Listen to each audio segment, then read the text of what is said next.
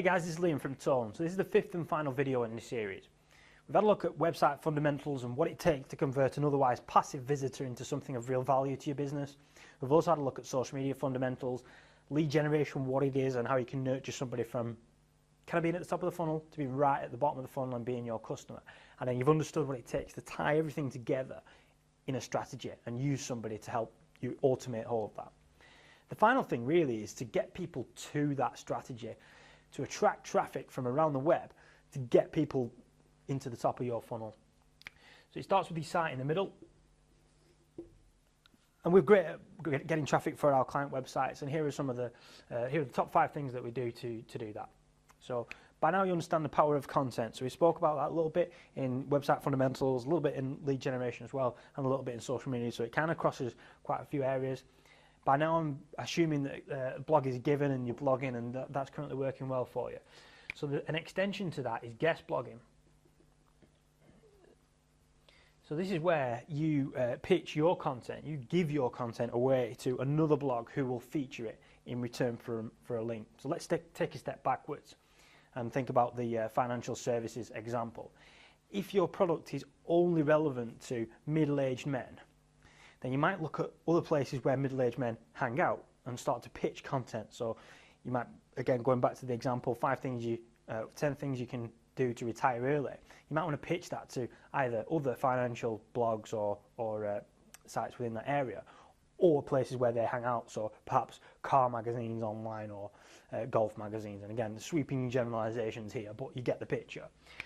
You can give them content and they'll feature it. They will put it on their blog and either assume it's their own, or they will give you a credit. Either way, a credit is guaranteed, and that credit being just a link to your website, which serves 2 benefits. First benefit is the obvious, which is traffic, and the second benefit is the power of a link. So again, going back to search engine optimization 101, Google looks at links as a barometer for how credible a website is. So the more of these you've got from credible websites, we're not talking about any website here, these are going to be high quality websites that are getting a lot of traffic themselves. And these websites will A, deliver you traffic, but B, give you that credible link. So that's the first one, guest blogging. What we're also going to be doing a lot more of, again going back to the social media fundamentals here, is we're going to be tweeting quite a bit more. We're going to be Facebook updates quite a bit more. And all of those will have people clicking, and provided you're building an audience, will have people passing into your website. So social media, and it sounds an obvious one, but from social media updates you're going to get traffic, and that traffic can only be led by content. So going back again to the social media section, we need to put lots of content out there in order that people can consume it, read it, and come back into your website. And if the website is performing as it should be, going back to the web fundamentals stuff, then you should be converting a good percentage of those into something of value to you. So the one thing we haven't covered so far yet is optimization of the page. So there are 3 things here. So the first thing is content. So again, this is as old as the hills in terms of search engine optimization, but it's optimizing the content so that when Google reads your page, it understands quite quickly what you're talking about and what the key phrases are for that page. So they've changed quite a lot over the last few years as to how they actually read a page. So now they're looking at things like design, aesthetics, load speed, things like that. So optimize your content first, then have a look at things like design and usability, then have a look at things like load time. So there's a site called blamestella.com, B-L-A-M-E stella.com, and that will tell you quite quickly how quick your website is. Also Google have quite a good speed checker as well for websites. So that's the third thing, optimize your site, not only for content, but for speed and for design and things like that. Social advertising, so we've got social media up here. And the fourth thing really is ads on these platforms. Again, the other stuff on here is all things that you can do for free with your own resource.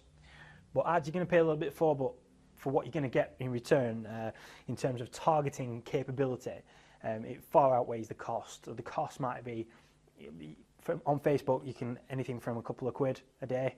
I think LinkedIn's minimum 10 quid a day or $10 a day, but it's very cheap regardless and very, very highly targeted. So these are targeted people coming straight into your site. So again, we're assuming here that the site is operating to its full capacity and that you've got a system down here to convert people into leads.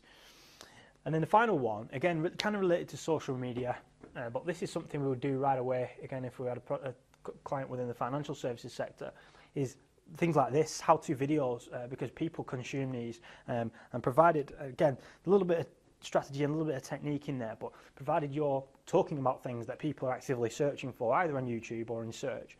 And again, if somebody searches, Google bought YouTube a few years ago, so when you search for something, often you will see videos within there, they're called universal results. And if you can be featured in those, then you're going to get a lot of traffic and you're going to actually leapfrog people that are ranking for that organically. So it's really important, if you've got interesting stuff to talk about it. There's millions and millions of people on a daily basis just hovering around YouTube. Some will be requiring your services, others won't. But if you can create things that are, again, aligned with their buyer persona, as we spoke about before, then you can really start to maximize the impact of that traffic on YouTube. So those are 5 things. Those are 5 key things. There's lots more. So general search engine optimization as well is, again, a given here. But one of the benefits of using a system which enables you to convert otherwise passive visitors into something of use is that you don't necessarily need more traffic. You just need to work better with the traffic that you've already got. But all this stuff here, and this is kind of things that you may or may not be aware of, but these are all things that will really work for you in line with improving your search engine visibility as well. So that's it. That's 5 videos. So each one of those has 5 tips that you can use right away. You can also use us to implement any of those things. And if you've got any questions that you'd like to ask us, then just drop either me or David an email. So my email address is liam@tone.co.uk and David is david@tone.co.uk. Drop us an email.